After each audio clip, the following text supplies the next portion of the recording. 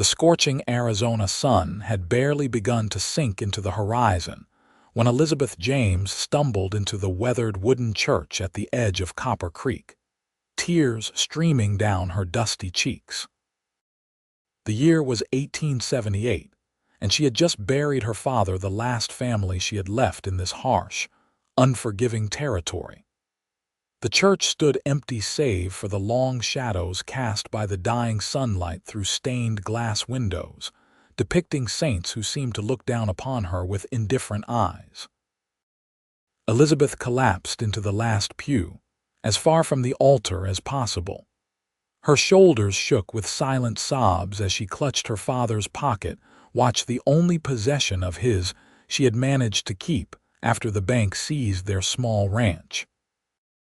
At 23, she was now entirely alone, with nowhere to go and no one to turn to.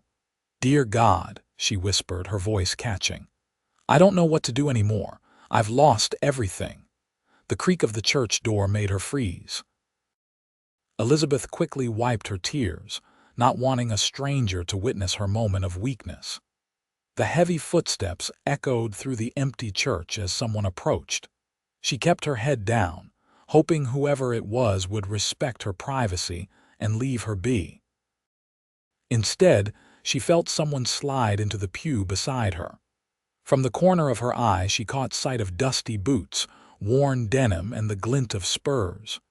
"You don't have to pray alone," said a deep, gentle voice. Elizabeth turned to find herself looking into the kind eyes of a man she'd seen around town, but never spoken to. Quentin Palmer was what folks called a true cowboy, not one of those dime novel heroes, but a real working man of the West. His dark hair was partially hidden beneath a wide-brimmed hat, and his face, though weathered from years under the sun, couldn't have belonged to a man much older than 30. "I'm sorry," she said, hastily wiping away her tears. "I didn't think anyone would be here this late." "I was riding past when I heard someone crying," he explained, keeping a respectful distance. "Thought maybe someone might need help." He paused, studying her face with concern. "You're Thomas James's daughter, aren't you? I heard about your father. I'm mighty sorry for your loss, Miss James." Elizabeth nodded, unable to speak past the lump in her throat. The kindness in his voice threatened to unleash a fresh wave of tears. "I know we haven't been properly introduced," the cowboy continued, removing his hat and placing it on his knee. "I'm Quentin Palmer. I work at the Running M Ranch just north of town." "Elizabeth James," she responded, though it seemed he already knew who she was. In a town as small as Copper Creek, most folks at least knew of each other. "Miss James, I don't mean to intrude on your grief, but I couldn't just ride on by." Not when someone was hurting so. Elizabeth looked at him fully for the first time. His eyes were a warm hazel, sincere and without judgment. "That's kind of you, Mr. Palmer, but I'm afraid there's nothing anyone can do. The bank's taking our ranch." "By this time tomorrow, I'll have nowhere to call home," Quentin frowned, turning his hat in his hands. "That doesn't seem right. Your father worked that land for years." 15 years, she confirmed. "But the drought these past 2 seasons, the cattle didn't make it. The debts piled up." She sighed, slipping her father's pocket watch into her skirt pocket. "Papa always said that God provides, but I'm having trouble seeing his provision right now." Quentin was quiet for a moment, as if choosing his words carefully. "I can't claim to understand God's ways, Miss James, but I know a thing or two about hard times. My family lost everything in the war, had to start fresh out here with nothing but the clothes on our backs." Elizabeth looked at him with renewed interest. "And now you work at Running M." "I'm the foreman," he said without a hint of boasting. "Started as a ranch hand 8 years ago, worked my way up." A silence fell between them, not uncomfortable but thoughtful. The last rays of sunlight filtered through the windows, painting the humble church in warm gold. Outside, the sounds of the town were winding down as Copper Creek prepared for nightfall. "Where will you go?" Quentin finally asked. Elizabeth's shoulders sagged slightly. "I don't know. I have a little money saved, perhaps enough for a stage ticket to Tucson. I might find work there as a seamstress or a teacher's assistant." Quentin nodded slowly. "Or," he said, hesitating before continuing, "the running M is looking for a cook's helper. Mrs. Garrison's getting on in years and needs someone to assist her. It's not much, but it includes room and board." "Decent folks at the ranch, too." Elizabeth blinked in surprise. "You'd recommend me for a position. You hardly know me, Mr. Palmer." "I knew your father," he said simply. "He was an honest man who never spoke ill of others, even when they deserved it. I figure his daughter must be cut from the same cloth." For the first time that day, perhaps the first time in weeks, Elizabeth felt a small spark of hope. "I can cook," she said. "Mama taught me before she passed, and I've kept house for Papa since I was 14. "Then it's settled," Quentin said, standing and placing his hat back on his head. "If you're agreeable, I can speak with Mr. Miller tonight. You could start tomorrow, before the bank even comes knocking." Elizabeth stood as well, suddenly aware of how tall he was, at least a head taller than her own modest height.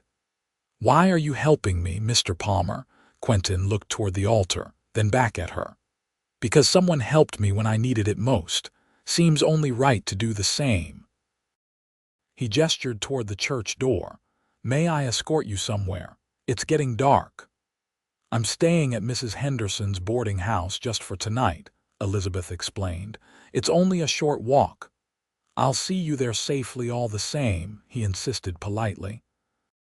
As they stepped out of the church into the twilight, Elizabeth took a deep breath of the cooling desert air. The town of Copper Creek stretched before them, a single main street lined with false-fronted buildings, a saloon with piano music spilling out its swinging doors, and the scattered homes and businesses that made up their small community. "Thank you, Mr. Palmer," she said as they walked. "Not just for the potential position, but for sitting with me in there. I felt so alone since Papa fell ill. Sometimes a person just needs to know they're not facing the world by themselves," Quentin replied. "And please, call me Quentin. Mr. Palmer makes me feel like I should be looking over my shoulder for my father." Elizabeth offered a small smile. "Then I'm Elizabeth." When they reached the boarding house, Quentin tipped his hat politely. "I'll come by tomorrow morning to let you know what Mr. Miller says, though I don't foresee any problems. Be ready to ride out by noon if that suits you." "It does," Elizabeth said. "Good night, Quentin." "Good night, Elizabeth," he replied, his voice carrying a warmth that stayed with her long after he'd disappeared down the darkening street. Elizabeth spent a restless night at Mrs. Henderson's boarding house, alternating between grief for her father and anxiety about her uncertain future. By dawn, she had packed her meager belongings: 2 dresses, her mother's Bible, a hairbrush, and her father's pocket watch into a single carpet bag. True to his word, Quentin arrived at mid-morning, his horse tied to the hitching post outside. Mrs. Henderson, a kindly widow who had known Elizabeth's mother, answered the door and led him to the small sitting room where Elizabeth waited. "Mr. Miller is pleased to offer you the position," Quentin announced without preamble. "Mrs. Garrison has been asking for help for months now." Relief washed over Elizabeth. "Thank you. I won't disappoint you or Mr. Miller." "I brought a wagon for your things," Quentin said, then hesitated. "And I stopped by your ranch this morning. The bank hasn't come yet, so I gathered a few more of your personal items. Hope you don't mind." Tears sprang to Elizabeth's eyes. "You did that for me." Quentin looked slightly embarrassed. "Didn't seem right for you to lose everything. I've got your mother's quilt and some photographs I found. A few books, too." Elizabeth impulsively reached out and squeezed his hand. "That's the kindest thing anyone's done for me in a long while." After saying goodbye to Mrs. Henderson and settling her bill, Elizabeth climbed onto the wagon seat beside Quentin. As they pulled away from Copper Creek, she couldn't help but look back at the only home she'd ever known, the church steeple standing tall against the blue sky. "It's about an hour's ride to Runningham," Quentin explained as they traveled north. "Mr. Miller runs about 300 head of cattle. Nothing as big as some of the Texas operations, but respectable for Arizona territory." Elizabeth listened as Quentin described the ranch and its residents. There was Edward Miller, the owner, a widower in his 50s who'd come west from Pennsylvania 20 years earlier. Mrs. Garrison, the cook, who had been with the ranch since its beginning. 4 cowboys who worked the herd: Hank, Josiah, Samuel, and Daniel. And then there was Rosa, a young Mexican woman who helped with the washing and cleaning. "It's not a fancy place," Quentin cautioned, "but it's decent and safe. Mr. Miller runs a respectable operation." After nearly losing everything, decent and safe sounds wonderful, Elizabeth assured him. The landscape opened up before them as they left town: rolling hills dotted with sagebrush and cacti, distant mountains shimmering in the heat. A hawk circled lazily overhead and a jackrabbit darted across their path. "Have you always wanted to be a cowboy?" Elizabeth asked, curious about the man who had so suddenly become her benefactor. Quentin chuckled. "Can't say I did. My father was a lawyer in Georgia. I was studying to follow in his footsteps when the war came." His expression sobered. "Lost my father at Gettysburg. Our home was burned during Sherman's march. My mother and I headed west afterward, like so many others looking for a fresh start." "I'm sorry about your father," Elizabeth said softly. "It was a long time ago," Quentin replied, though his eyes suggested the wound wasn't entirely healed. "My mother passed 5 years back. Consumption. She's buried in the Copper Creek Cemetery." "As is my father now," Elizabeth murmured. "And my mother, though I was only 12 when she died." They fell into a companionable silence, each lost in memories of loved ones gone. The wagon rolled steadily onward, the horses maintaining an easy pace in the growing heat of the day. "There it is," Quentin said eventually, pointing to a cluster of buildings in the distance. "Runningham Ranch." As they drew closer, Elizabeth could make out a large main house built of adobe, a bunkhouse, a barn, and various outbuildings. A corral held several horses, and in the distance, cattle grazed on the sparse grass. It wasn't as grand as some of the ranches she'd heard about, but it looked solid and well-maintained. Mr. Miller was waiting on the porch as they pulled up. He was a tall man with a full beard streaked with gray, dressed in practical ranch clothes rather than the finery of an Eastern gentleman. "Welcome to Runningham, Miss James," he said as Quentin helped her down from the wagon. "Quentin speaks highly of you, and we're in need of another pair of hands in the kitchen." "Thank you for the opportunity, Mr. Miller," Elizabeth replied, conscious of her dusty traveling clothes and wind-blown hair. "I'm a hard worker, and I'll do my best to earn my keep." Mr. Miller nodded approvingly. "That's all I ask of anyone who works here. Quentin, show Miss James to her quarters, and then Mrs. Garrison can get her situated in the kitchen." Elizabeth followed Quentin toward the main house. "I expected to be staying in separate quarters," she said quietly. "The ranch isn't big enough for that," Quentin explained. "You'll have a room off the kitchen. Rosa has the other one. The men all bunk together in the bunkhouse yonder." The room was small but clean, with a narrow bed, a chest of drawers, and a small window that looked out toward the mountains. After weeks of uncertainty and the cramped quarters at Mrs. Henderson's, it felt like a palace to Elizabeth. "I'll bring your things," Quentin said, leaving her to get acquainted with her new space. Mrs. Garrison appeared in the doorway moments later, a stout woman with gray hair pulled back in a severe bun, but with kind eyes that assessed Elizabeth without judgment. "So you're Thomas James's girl," she said. "I knew your father in passing. Honest man. We could use more like him." She gestured for Elizabeth to follow her. "Come along then. Dinner won't cook itself, and you might as well start learning your way around my kitchen." The next few days passed in a blur as Elizabeth adjusted to life at Runningham. She rose before dawn to help Mrs. Garrison prepare breakfast for the ranch hands, learned the rhythms of the kitchen, and gradually began to feel useful again. The work was hard but satisfying, and for the first time since her father's illness, she slept soundly each night, exhausted but content.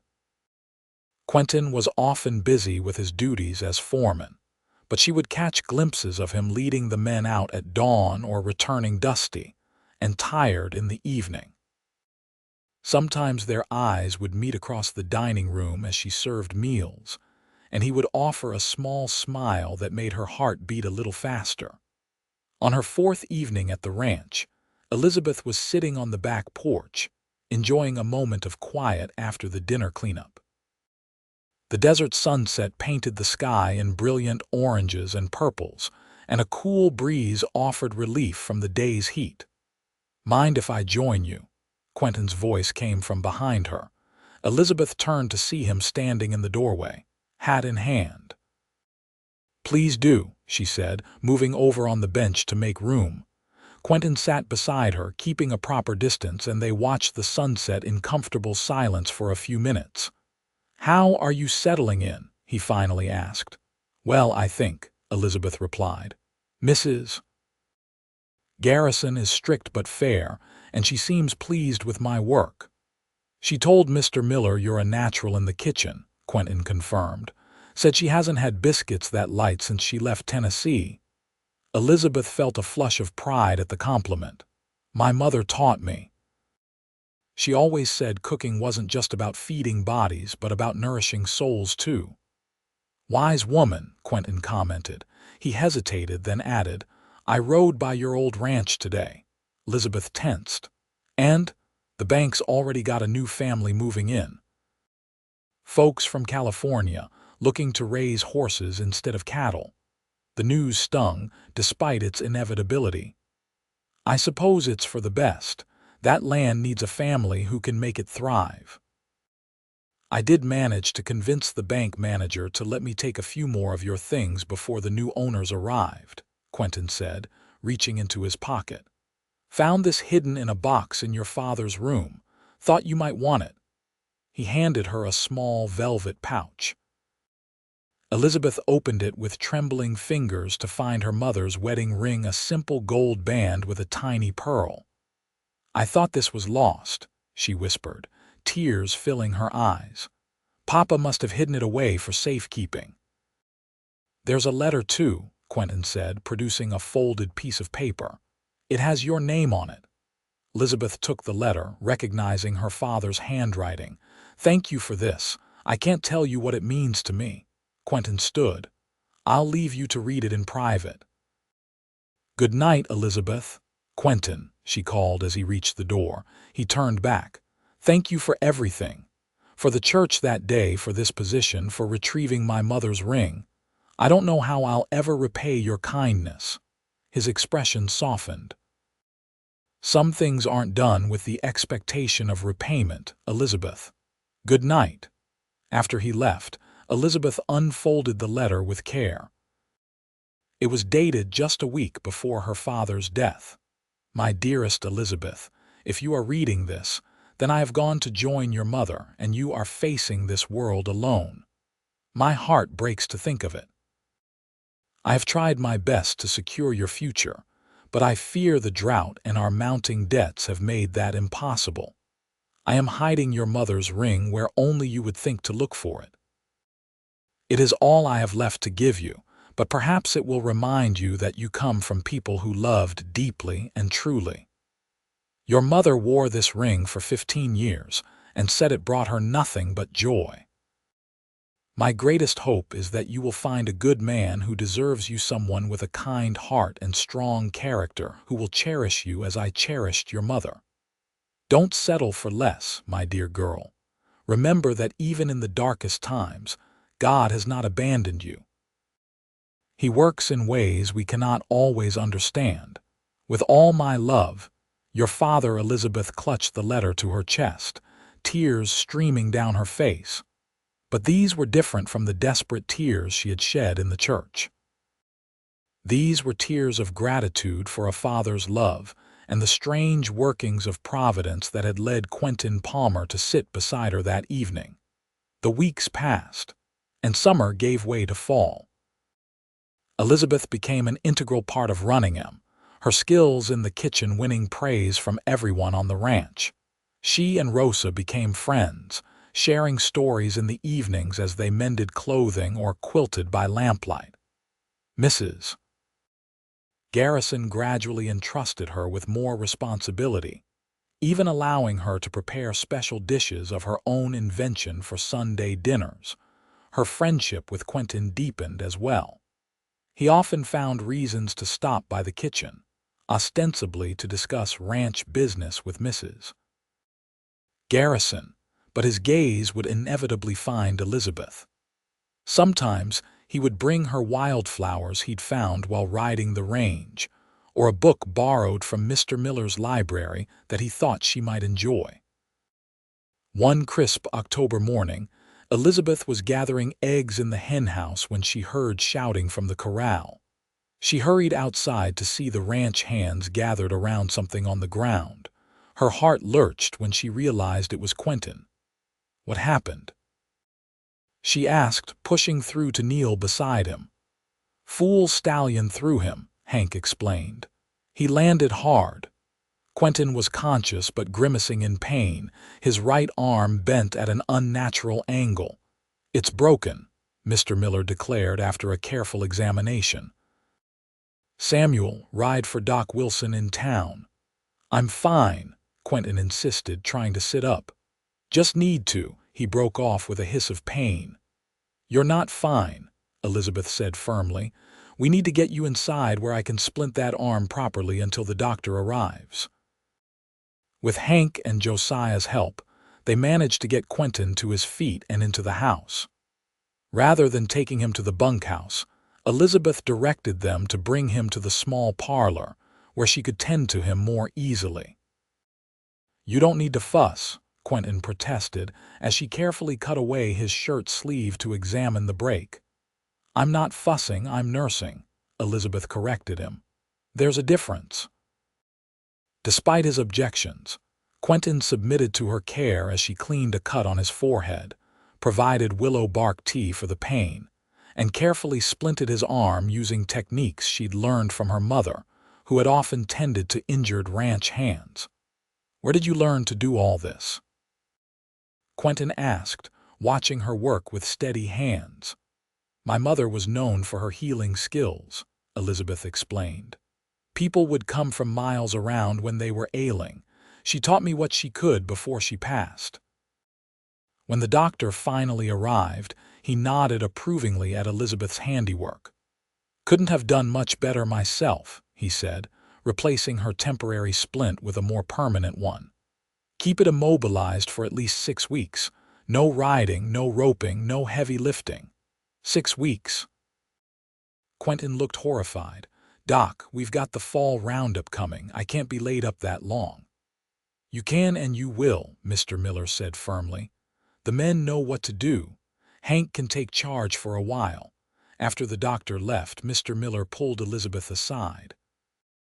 Miss James, I have a favor to ask. Quentin lives in a small cabin behind the bunkhouse. It's not much, but it's his own space.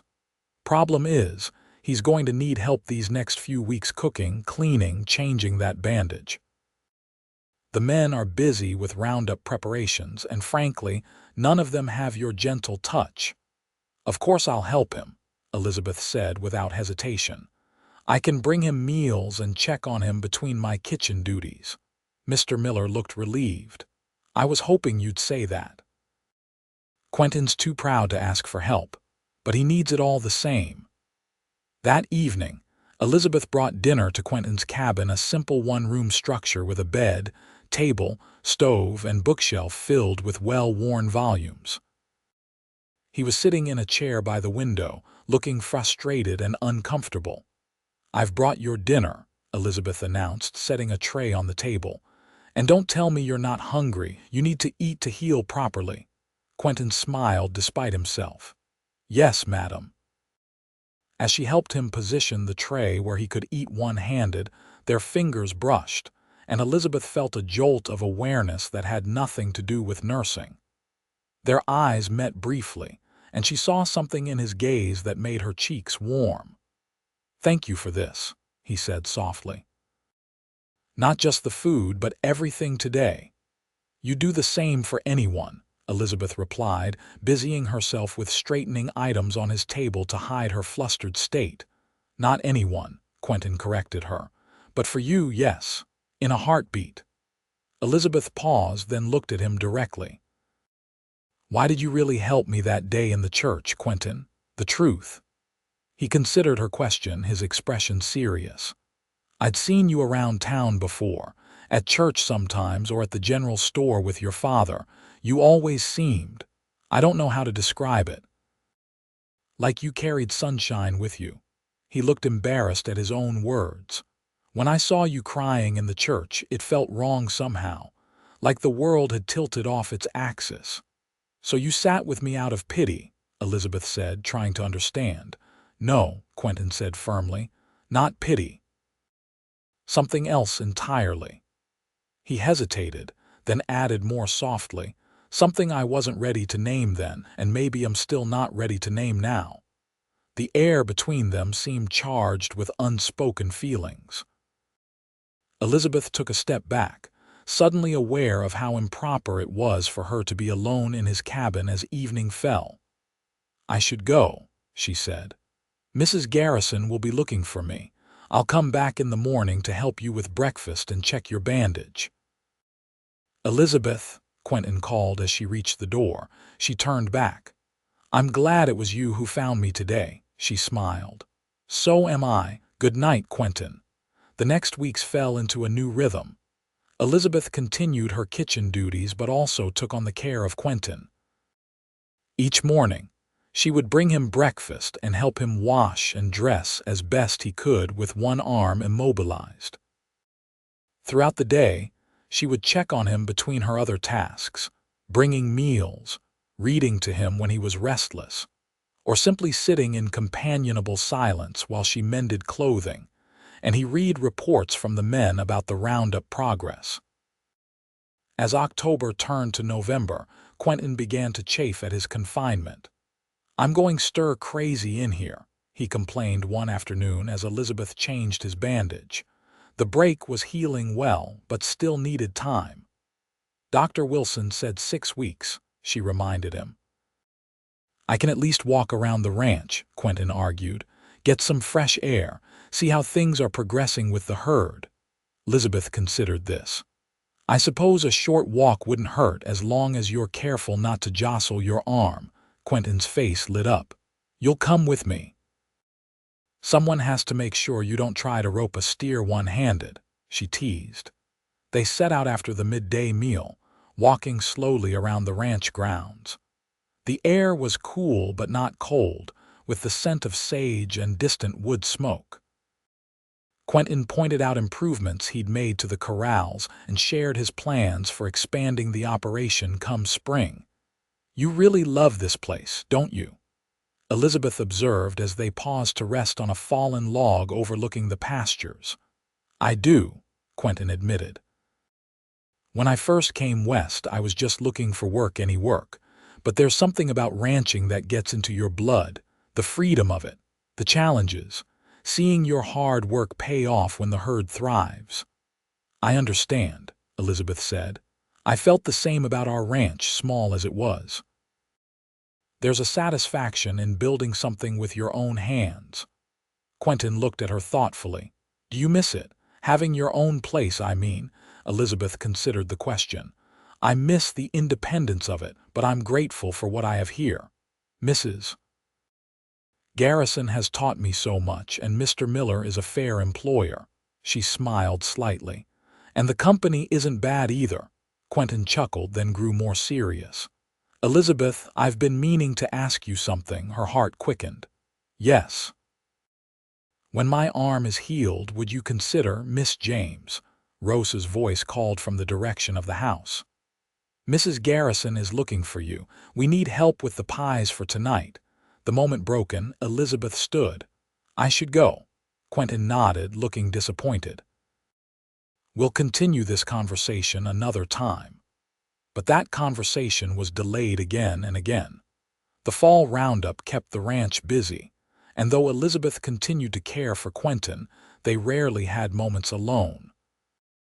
When they did, something always seemed to interrupt them, a ranch hand with a question, Mrs. Garrison needing help, or Mr. Miller wanting to discuss ranch business. November brought the first frost, and with it, preparations for Thanksgiving. Mr. Miller announced that they would have a proper celebration, with all the trimmings, to thank his employees for their hard work during a successful roundup. The kitchen became a flurry of activity as Elizabeth, Mrs. Garrison, and Rosa prepared for the feast.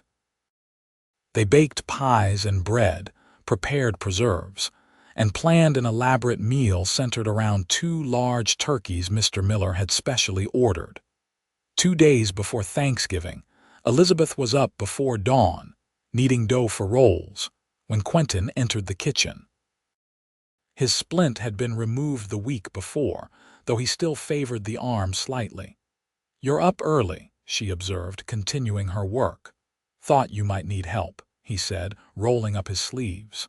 My mother taught me a thing or two about baking. Elizabeth raised an eyebrow skeptically. Did she now?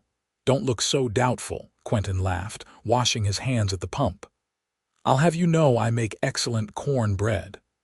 Well then, Mr. Palmer, you can prove it, Elizabeth challenged, gesturing to the ingredients she had already set out.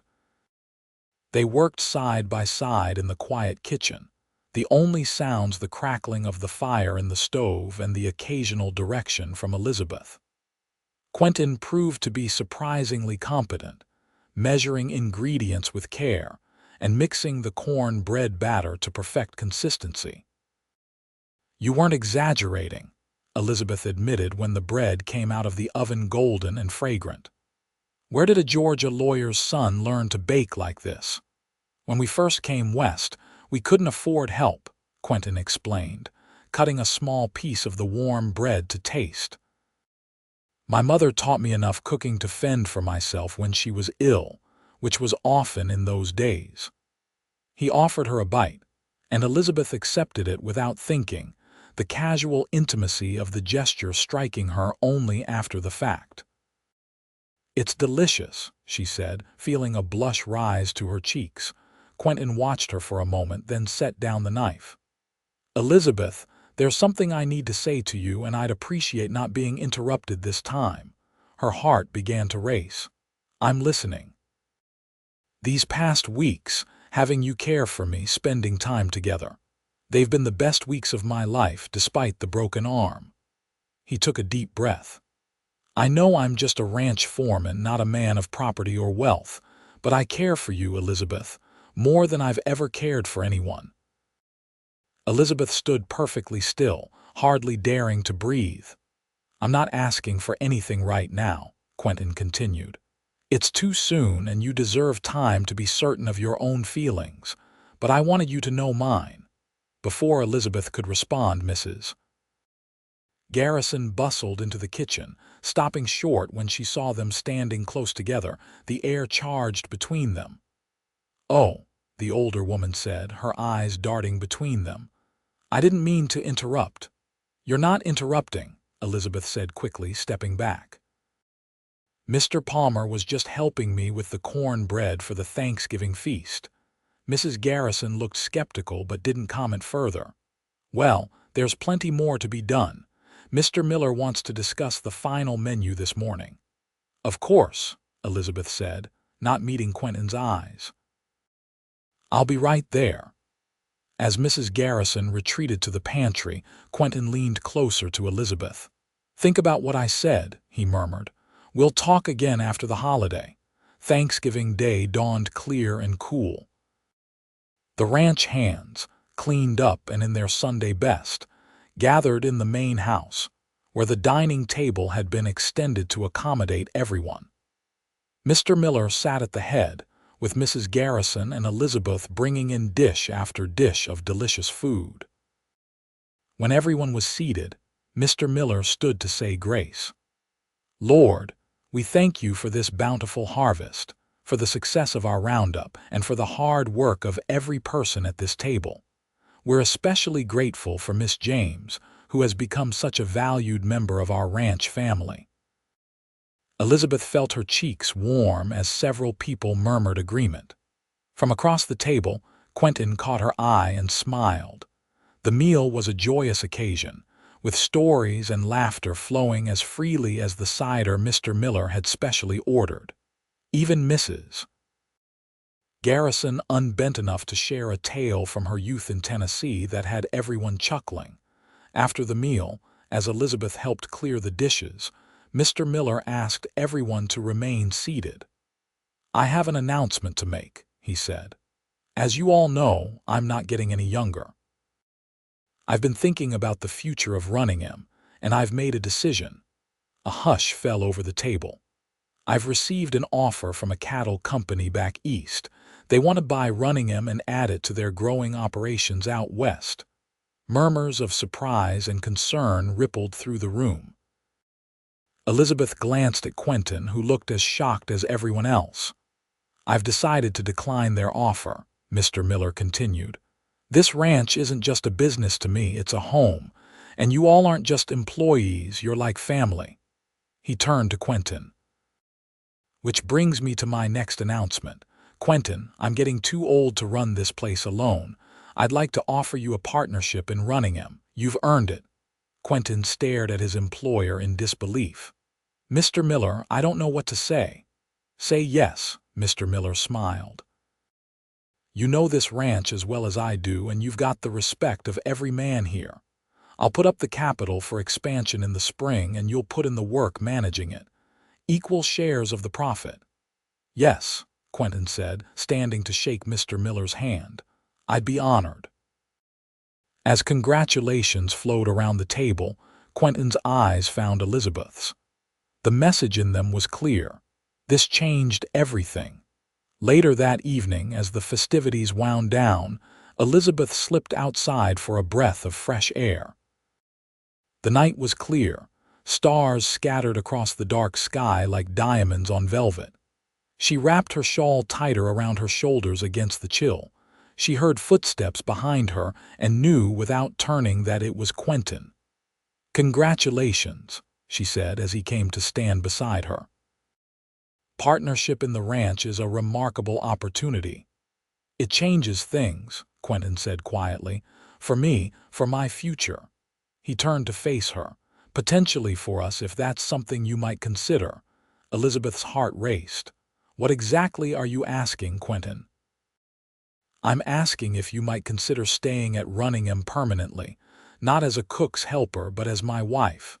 The directness of his proposal took her breath away. "Quentin, we've only known each other a few months."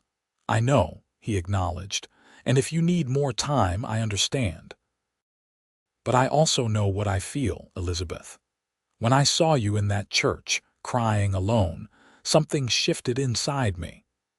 Every day since then has only confirmed what my heart knew immediately, that you're the woman I want to build a life with." Elizabeth looked up at him, studying his earnest face in the moonlight. "I care for you too, Quentin. These months at Runningham have been healing for me in ways I never expected, but marriage is a serious step." "It is," he agreed, "which is why I want to do this properly." He reached into his pocket and withdrew a small box. "This was my mother's. She gave it to me before she passed, said I should give it to the woman who captured my heart as thoroughly as my father captured hers." He opened the box to reveal a simple but elegant ring with a small sapphire surrounded by tiny pearls. I'm not asking for an immediate answer, Elizabeth, just the promise that you'll consider it. Elizabeth looked at the ring, then back at Quentin's hopeful face. In that moment, her father's letter came back to her. My greatest hope is that you will find a good man who deserves you, someone with a kind heart and strong character who will cherish you as I cherished your mother. I don't need time to consider it, she said softly. My answer is yes. Quentin's face broke into a smile of such joy that it took her breath away. He slipped the ring onto her finger, then cupped her face gently in his hands. May I? He whispered. At her nod, he leaned down and kissed her. It was a tender kiss, full of promise and sweet anticipation of the life they would build together.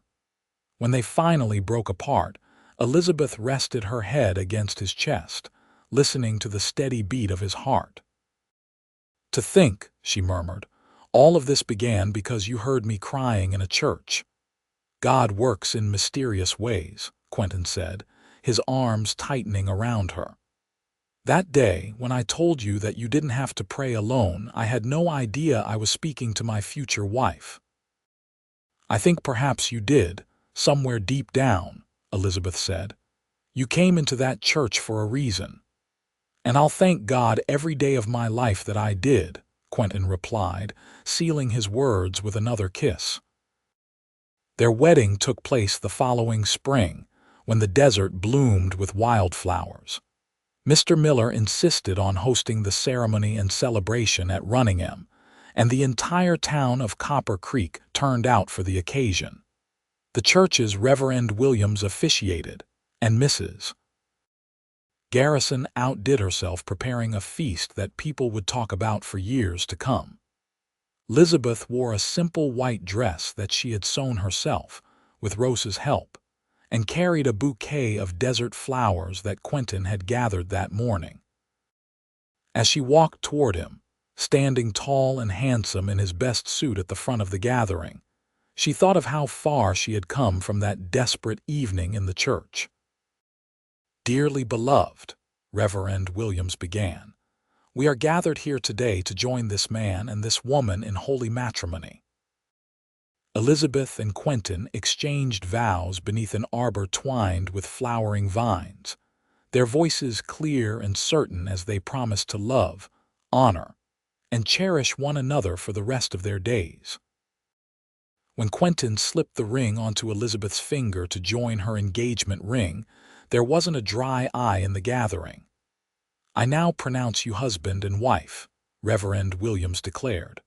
What God has joined together, let no man put asunder. Their first kiss as a married couple was met with cheers and applause from their friends and neighbors.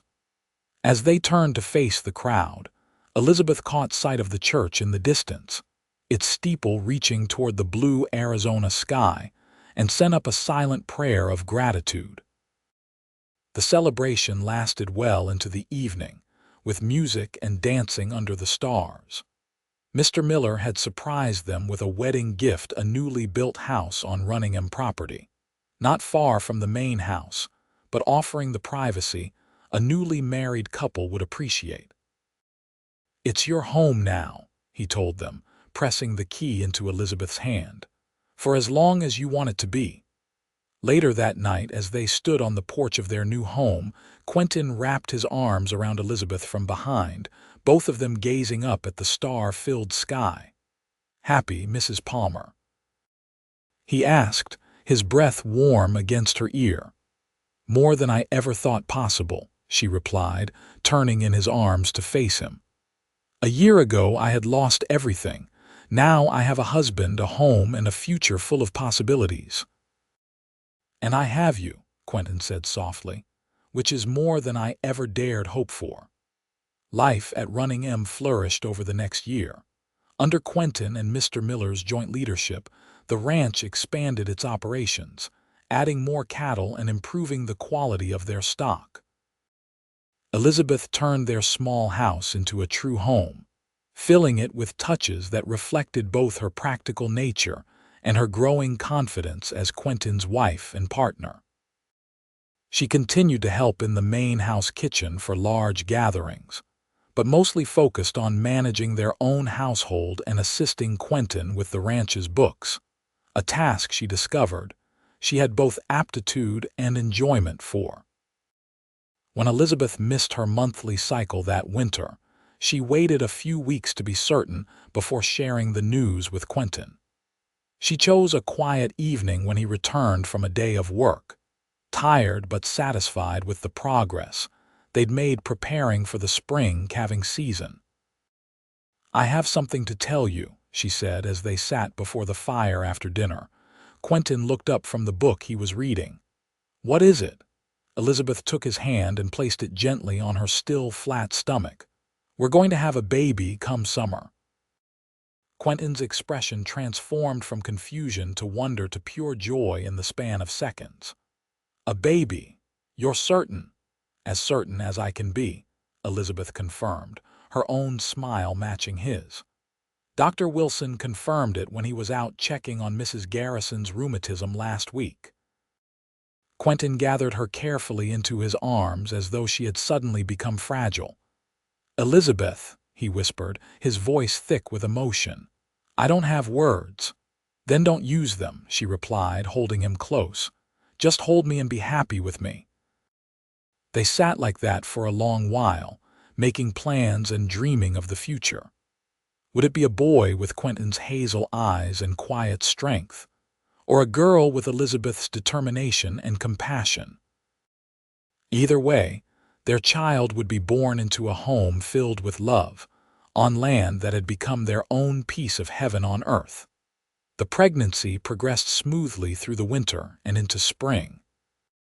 Quentin was attentive to Elizabeth's every need, sometimes to the point where she had to gently remind him that she wasn't made of glass. "Women have been having babies since the beginning of time," she pointed out one day when he tried to prevent her from carrying a basket of eggs from the henhouse. "And most of them kept working right up until their time came." "Most women aren't my wife," Quentin replied stubbornly, taking the basket from her hands. "And most babies aren't my child." Elizabeth laughed and let him have his way, secretly touched by his concern. As her body changed to accommodate their growing child, Elizabeth often found herself reflecting on the strange twists of fate that had brought her to this point. Had her father somehow known, when he wrote that letter and hid her mother's ring, that Providence would guide her to Quentin? Had God been working his plan all along, even when she sat crying in the back of that church, feeling utterly abandoned? One warm June evening, as Elizabeth sat on their porch watching the sunset, a sharp pain gripped her abdomen. She gasped, her hand flying to her swollen belly. "Quentin!" She called, trying to keep the alarm from her voice. He appeared immediately from the barn where he'd been checking on a new foal. "What is it? Is it time?" Another pain answered his question, stronger than the first. Elizabeth nodded, unable to speak until it passed. "I think so." "But it's earlier than we expected." Quentin didn't hesitate. He lifted her carefully and carried her inside, laying her on their bed. "I'll get Rosa to fetch Dr. Wilson and Mrs. Garrison to help until he arrives." The next hours passed in a blur of pain and determination for Elizabeth. Mrs. Garrison proved a capable midwife, having assisted at many births during her long life. She shooed Quentin from the bedroom, telling him in no uncertain terms that his pacing would only distract his wife from the work she needed to do. "But I want him with me," Elizabeth insisted between contractions, reaching for Quentin's hand. Mrs. Garrison looked scandalized. "It's not proper for a man to be present at a birth." "Proper or not, he's staying," Elizabeth said firmly, her grip on Quentin's hand tightening as another pain washed over her. The older woman shook her head but didn't argue further. "Fine, but he stays at the head of the bed and he does exactly as I say." Quentin nodded quickly, his face pale but determined. "Whatever you need, just tell me." Dr. Wilson arrived as night fell, but by then, Elizabeth's labor was well advanced. "You're doing fine, Mrs. Palmer," he assured her after a brief examination. "The baby's positioned correctly, and you're progressing well." Just after midnight, with a final push and a cry that seemed to come from her very soul, Elizabeth brought their child into the world. The baby's indignant wail filled the room, bringing tears of joy to both parents' eyes. "You have a daughter," Dr. Wilson announced, placing the tiny, squirming infant on Elizabeth's chest after cutting the cord and making sure the baby was breathing properly.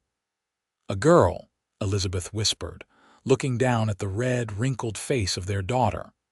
"Oh, Quentin, look what we made." Quentin leaned down to touch their daughter's tiny hand with a gentle finger. "She's perfect," he said, his voice breaking, "just like her mother," after the doctor and Mrs. Garrison had cleaned up and left the new family alone. Quentin sat on the edge of the bed, watching in wonder as Elizabeth nursed their daughter for the first time. "What shall we name her?" he asked softly. Elizabeth looked down at the infant's face, now peaceful in sleep. "I was thinking we might call her Grace." "Grace," Quentin repeated, testing the name. "It's perfect, Grace Palmer." He stroked his daughter's downy head. "Do you know why I like it?" Elizabeth smiled, knowing her husband's mind. "Because it's what brought us together. God's grace, leading you to that church when I needed someone most." "Exactly," Quentin confirmed, leaning down to kiss first his daughter's forehead, then his wife's lips. "Grace it is." The news of Grace Palmer's birth spread quickly through Copper Creek and the surrounding ranches. Visitors came bearing gifts and good wishes, admiring the beautiful baby girl with her mother's delicate features and her father's thoughtful eyes. Mr. Miller, who insisted on being called Grandpa Ed, despite no biological relation, was particularly smitten with the infant. He arrived one day with a handcrafted cradle he'd commissioned from the town's carpenter. "Every princess needs a proper bed," he declared, placing the beautifully carved piece beside Elizabeth and Quentin's bed. "And this little lady is definitely running MTK's princess." As summer turned to fall and fall to winter, Grace thrived. She grew from a tiny, dependent newborn into an alert, curious infant who delighted in discovering the world around her. Quentin was a devoted father, often carrying Grace with him around the ranch in a sling Elizabeth had fashioned, pointing out horses and cattle, and telling her stories about the land that would one day be part of her inheritance. On a crisp December morning just before Christmas, when Grace was 6 months old, Quentin suggested they take a family ride into town. "I thought we might attend the Christmas service at the church," he said as they bundled Grace in warm blankets for the journey. "It's been a while since we've been to a proper service." Elizabeth agreed readily. Though they often held their own worship at the ranch on Sundays, she missed the community of church sometimes, and the beautiful old building held special significance for them both. They arrived in Copper Creek to find the church decorated for Christmas, with pine boughs and red ribbons adorning the pews and altar. Several people greeted them warmly, cooing over Grace, who was wide-eyed at all the new faces and decorations. As they moved toward a pew, Elizabeth paused at the back of the church. "Do you mind if we sit here?" she asked Quentin softly. He understood immediately. Of course not. They settled into the last pew, where Elizabeth had been sitting that fateful day when Quentin found her. Grace sat contentedly on Elizabeth's lap, fascinated by the candles and decorations throughout the church. Reverend Williams delivered a moving Christmas message about hope coming in unexpected places and times, about the light that shines in darkness. As Elizabeth listened, she found herself reflecting on her own journey from despair to joy. After the service, as the congregation filed out, Elizabeth remained seated, lost in thought. Quentin, holding Grace, sat quietly beside her, respecting her need for this moment. "A year and a half ago, I sat in this very spot feeling like my world had ended," she finally said. "I had just buried my father, lost our ranch, and had nowhere to go. I couldn't see a future for myself." Quentin reached for her hand. "And now?" Elizabeth smiled, looking from her husband to their daughter, who was happily playing with a ribbon on her dress. "Now I have everything I never dared to dream of: a husband who loves me, a beautiful daughter, a home and purpose." She squeezed his hand. "All because you heard me crying and sat down beside me." "I think God had a hand in that," Quentin said. "I wasn't planning to come to church that evening. Something just drew me here." "Divine intervention," Elizabeth agreed. She looked around the empty church, now peaceful in the aftermath of the service. "Do you know, I haven't cried in this church since that day." "That's good, isn't it?" Quentin asked. "It is," Elizabeth confirmed. "But I realized something: those tears weren't just about grief. They were also washing away my old life to make room for something new, something better than I could have imagined." Grace chose that moment to let out a happy gurgle, reaching for her father's face. Quentin laughed, lifting her high in the air, which made her squeal with delight. "Our daughter approves of this philosophical turn," he teased. Elizabeth smiled, watching the two people she loved most in the world. "Let's go home," she said, standing. "Our home." As they stepped out of the church into the bright winter sunshine, Elizabeth paused to look back at the simple wooden building that had witnessed both her darkest moment and the beginning of her greatest joy. "Thank you," she whispered, not quite sure if she was addressing God, the church itself, or simply acknowledging the mysterious workings of fate that had brought Quentin Palmer into her life when she needed him most. Quentin, holding Grace in one arm, wrapped his other around Elizabeth's shoulders. "What are you thanking them for?" Elizabeth leaned into his embrace, feeling the solid strength of him, the certainty of his love. "For reminding me that even in our darkest moments, we don't have to pray alone." Together, the Palmer family made their way toward their waiting wagon, heading back to Runningham Ranch, not just a place of employment now, but a true home built on love, trust, and the promise of many more years together. As they traveled, Elizabeth gazed at the vast Arizona landscape with its rugged beauty and endless horizons. Once, she had seen only harshness and challenge in this territory. Now she saw possibility and promise, a fitting backdrop for the life she and Quentin were creating together, one day at a time. Spring came early to Runningham the following year, bringing with it an abundance of wildflowers and the pleasant chaos of calving season. Grace, now approaching her first birthday, had grown into a cheerful toddler who delighted in exploring the world around her, closely supervised by her doting parents and the entire ranch family, who had collectively appointed themselves her additional guardians. Elizabeth found herself more content than she had ever imagined possible. The responsibilities of managing a household, caring for Grace, and assisting with ranch accounts kept her days full and purposeful. Quentin continued to flourish in his partnership with Mr. Miller, implementing innovative ranching techniques he'd read about and gradually building Runningham's reputation as one of the best managed cattle operations in the territory.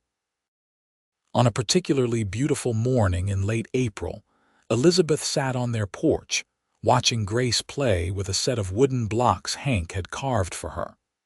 Quentin had ridden out at dawn to check on the new calves, promising to return by midday. As the sun climbed higher in the sky, Elizabeth noticed a wagon approaching from the direction of town. It wasn't unusual for Runningham to receive visitors, but something about this particular arrival caught her attention. The wagon was being driven by a well-dressed man she didn't recognize, accompanied by a woman in an elegant traveling suit. Elizabeth scooped up Grace and walked toward the main house, where the wagon was now stopping. Mr. Miller came out to greet the visitors, his expression a mixture of surprise and wariness. "Can I help you folks?" he asked as the man helped the woman down from the wagon. "I hope so," the man replied, removing his hat. "My name is Walter James, and this is my wife, Rebecca. We're looking for Elizabeth James, though I understand she may be Elizabeth Palmer now." Elizabeth froze, her heart pounding. Walter James. Her father's brother, her uncle, whom she hadn't seen since she was a small child. The uncle who had moved to California years ago and had never responded to her father's letters during the drought years when they so desperately needed help. "I'm Elizabeth Palmer," she said, stepping forward with Grace on her hip. "Uncle Walter." The man turned, his eyes widening as he took in the sight of her. "Elizabeth, my God, you're the spitting image of your mother." His gaze shifted to Grace. "And who is this little beauty?" "My daughter, Grace," Elizabeth replied, her tone carefully neutral. "What brings you to Runningham, Uncle Walter? It's been, 15 years since we last met?" Walter James had the grace to look uncomfortable. 16, I believe. You were just a girl." He gestured to the woman beside him. "This is your Aunt Rebecca. We've been married 12 years now." The woman offered a tight smile. "Pleased to meet you, Elizabeth." Mr. Miller, sensing tension, cleared his throat. "Why don't we all go inside? Mrs. Garrison just made fresh lemonade." They settled in the main house parlor, Grace contentedly playing at Elizabeth's feet while the adults engaged in awkward conversation. Walter explained that he had prospered in California, building a successful shipping business in San Francisco. "We only recently learned about your father's passing," he said, his expression somber. "I deeply regret that we weren't there for the funeral or to help you afterward." Elizabeth's hands tightened slightly around her glass of lemonade. "How did you find me?" "We stopped in Copper Creek, asking after Thomas James's daughter. The general store owner mentioned you had married a foreman from Runningham." Before Elizabeth could respond, the door opened and Quentin entered, still dusty from his morning's work. He stopped short at the sight of the visitors, his gaze immediately finding Elizabeth's, silently asking if she was all right. "Quentin," she said, relief evident in her voice, "these are my uncle and aunt, Walter and Rebecca James. They've come from California." She turned to her relatives. "This is my husband, Quentin Palmer." Quentin crossed the room to shake Walter's hand, then bent to kiss Elizabeth's cheek and ruffle Grace's hair before taking a seat beside his wife. His presence steadied her, as it always did. "What brings you to Arizona Territory, Mr. James?" Quentin asked directly. Walter exchanged a glance with his wife before answering. "Several reasons, actually. First, to reconnect with my only niece." He turned to Elizabeth. "I know I wasn't there when you and your father needed help, Elizabeth. There's no excuse for that, only an explanation that I was too caught up in my own affairs to properly attend to family matters. I'm deeply sorry for that failure." Elizabeth nodded slightly, acknowledging his apology without quite accepting it yet. "Second," Walter continued, "I've come on a matter of business. Mr. Miller, I understand your ranch has been expanding its operations." Mr. Miller nodded cautiously. "We have indeed. Quentin here has been instrumental in that growth. My shipping company is expanding into the Arizona Territory," Walter explained. "We're looking to establish contracts with reputable ranches to transport cattle to California markets. The railroads are convenient for shipping east, but for West Coast destinations, we believe we can offer more competitive rates and better handling."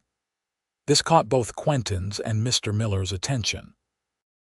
They had been discussing the possibility of expanding their market reach, but had been stymied by transportation challenges. As the men began discussing business possibilities, Rebecca turned to Elizabeth.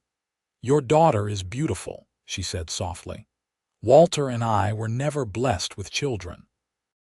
"Thank you," Elizabeth replied. "She's the light of our lives."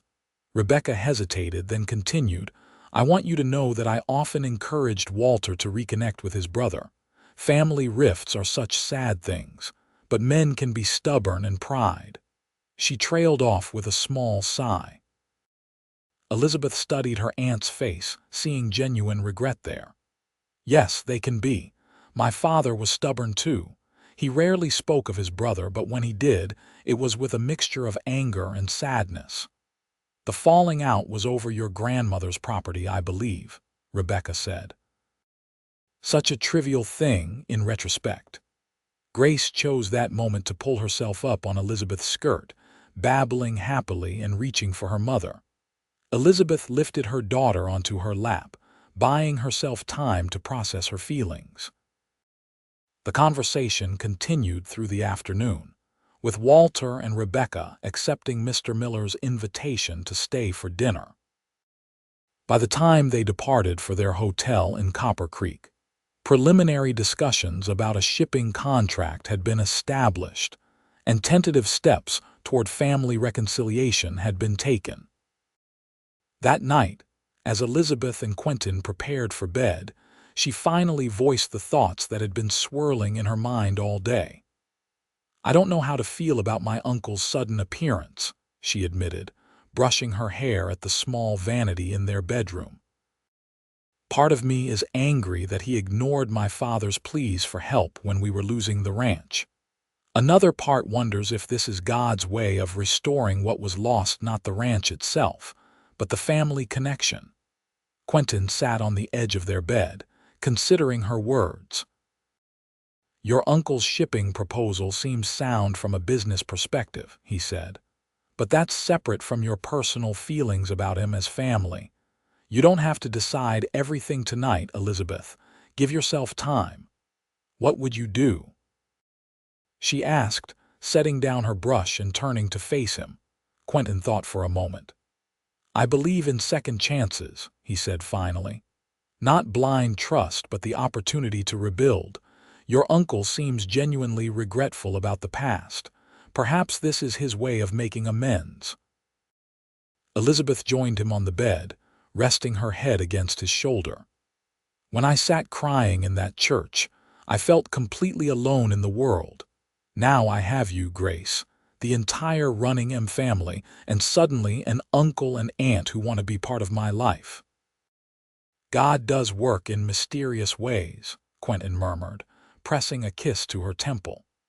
"He does indeed," Elizabeth agreed, thinking of the long, winding path that had led her to this moment, from despair to hope, from solitude to family, from an uncertain future to one rich with possibility. Over the next few months, the relationship between Elizabeth and her Uncle Walter's family gradually strengthened. The shipping contract with Running M proved beneficial for both parties, and Walter made a point of visiting Arizona territory regularly, often bringing his wife and small gifts for Grace. By the time Grace celebrated her second birthday, Elizabeth found she had genuinely forgiven her uncle for his past absence.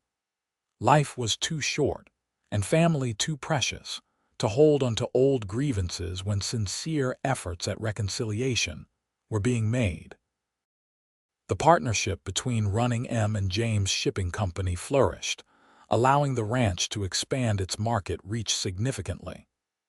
With the additional income, Quentin and Mr. Miller were able to purchase adjacent land, nearly doubling the size of Running M's operations. One evening in early autumn, as Elizabeth and Quentin sat on their porch watching the sunset, Grace already asleep inside, Quentin took his wife's hand. "I've been thinking," he said, his expression thoughtful, "about the future." "What about it?" Elizabeth asked, enjoying the peaceful moment with her husband. "Mr. Miller isn't getting any younger. He's hinted several times that he's considering full retirement in the next few years, leaving Running M entirely in my hands." Elizabeth nodded. She had suspected as much from conversations with the older rancher, who had come to treat them like family. With the expansion, I'll need more help managing everything, Quentin continued. I was thinking of offering your Uncle Walter a more formal business partnership, not just shipping, but actual investment in running him. Elizabeth considered this. You trust him that much now? I do, Quentin confirmed. He's proven himself reliable in business, and I believe his desire to make amends with your family is genuine. He squeezed her hand. But I wouldn't consider it without your full support. What do you think? Elizabeth thought about the strange journey that had brought them all to this point, how the lowest moment of her life had ultimately led to her greatest happiness. I think, she said slowly, that life rarely goes as we plan, but sometimes it works out better than we could have imagined. She leaned over to kiss Quentin softly. I support whatever decision you think is best for our family and running him. Quentin smiled, pulling her closer. Speaking of family, he said, his voice taking on a note of excitement, do you think Grace might be ready for a sibling soon? Elizabeth laughed, a joyful sound that carried across the ranch in the gathering twilight. As a matter of fact, Mr. Palmer, I've been meaning to tell you something about that. Quentin's eyes widened as understanding dawned. Elizabeth, are you saying? She nodded, her eyes shining. Doctor. Wilson confirmed it yesterday. We're expecting another baby come spring. Quentin whooped with joy, lifting Elizabeth from her chair and spinning her around on their porch. Another baby. Grace will be a big sister. Their laughter and excitement carried to the main house, where Mr. Miller stood at his window, smiling at the obvious happiness of the young couple. He said a silent prayer of thanks for the day Quentin Palmer had the wisdom to follow his heart and sit beside a crying young woman in the back of a church. 5 years later, Running M Ranch had grown into one of the most successful operations in Arizona territory. The partnership between Quentin, Mr. Miller, and Walter James had proved profitable for all involved, and the ranch now employed over 20 cowboys, with additional staff managing the expanded household. Elizabeth and Quentin's family had grown as well. After Grace came Thomas, named for Elizabeth's father, and then twins Sarah and Samuel. Their home had been expanded to accommodate their growing family, but it remained a warm, welcoming place filled with love and laughter. On a particularly beautiful Sunday morning, the entire extended family, including Mr. Miller, Walter, and Rebecca, and the ranch hands who weren't on duty, gathered for the weekly church service in Copper Creek. The town had grown substantially, with new buildings lining the main street and a schoolhouse where Grace would soon begin her education. As they entered the church, Elizabeth paused at the back, a wave of memory washing over her. Quentin, holding 3-year-old Thomas's hand while Elizabeth carried 1-year-old Sarah with Samuel in his Uncle Walter's arms, noticed her hesitation. "What is it?" he asked softly. Elizabeth smiled, looking around the church that had witnessed both her darkest moment and the beginning of her greatest blessing. "I was just remembering," she said. "Sometimes it's hard to believe how much has changed since that day." Quentin's gaze softened with understanding. He leaned down to whisper in her ear, "You don't have to pray alone anymore." "I never did after that day," Elizabeth replied, reaching for his hand. "You made sure of that." Grace, now 7 years old and possessing her mother's spirit and her father's thoughtful nature, tugged at Elizabeth's skirt. "Mama, can we sit in our usual pew?" she asked, already moving toward their regular spot near the front. Elizabeth shook her head with a smile. "Not today, sweetheart. Today, I'd like us to sit in the back." Quentin raised an eyebrow but followed her lead, herding their family into the last pew, the very one where he had found Elizabeth crying all those years ago. As the service began, Elizabeth looked around at her beautiful family, her devoted husband, their 4 healthy children, her once estranged uncle and his wife, and Mr. Miller, who had become like a father to her. She thought of her parents, gone but never forgotten, and felt a profound sense of gratitude for the rich tapestry her life had become. When the congregation rose to sing the first hymn, Elizabeth's clear voice joined with Quentin's deeper one, their children's higher tones blending in as well. The sound rose to the rafters of the simple wooden church, a joyful noise of thanksgiving and praise. After the service, as the family gathered outside in the autumn sunshine, Elizabeth pulled Quentin aside for a moment of privacy. "I have something to tell you," she said, her eyes sparkling with a secret. Quentin looked at her suspiciously. "Elizabeth Palmer, that's the same expression you had when you told me about Thomas, and then again with the twins. Are we?" She nodded, laughing at his expression of mingled joy and disbelief. "In the spring. Dr. Wilson says everything looks perfectly healthy." Quentin gathered her in his arms, mindful of watching eyes but unable to contain his happiness. 5 children, he marveled. "We're going to need a bigger house." "Or a bigger ranch," Elizabeth teased, knowing full well that Running M had room for generations of Palmers. As their family called for them to join the wagon for the ride home, Quentin pressed a quick, loving kiss to Elizabeth's lips. "I love you, Elizabeth Palmer, more with each passing day." "And I love you," she replied, "my cowboy who taught me I never have to pray alone." Hand in hand, they walked toward their waiting family, toward Runningham Ranch, toward a future neither could have imagined on that fateful evening when a heartbroken young woman's tears drew a kind cowboy to her side in the back of a church, proving once again that hope can be found in the most unexpected moments, and that love can transform even the darkest hour into the dawn of something beautiful.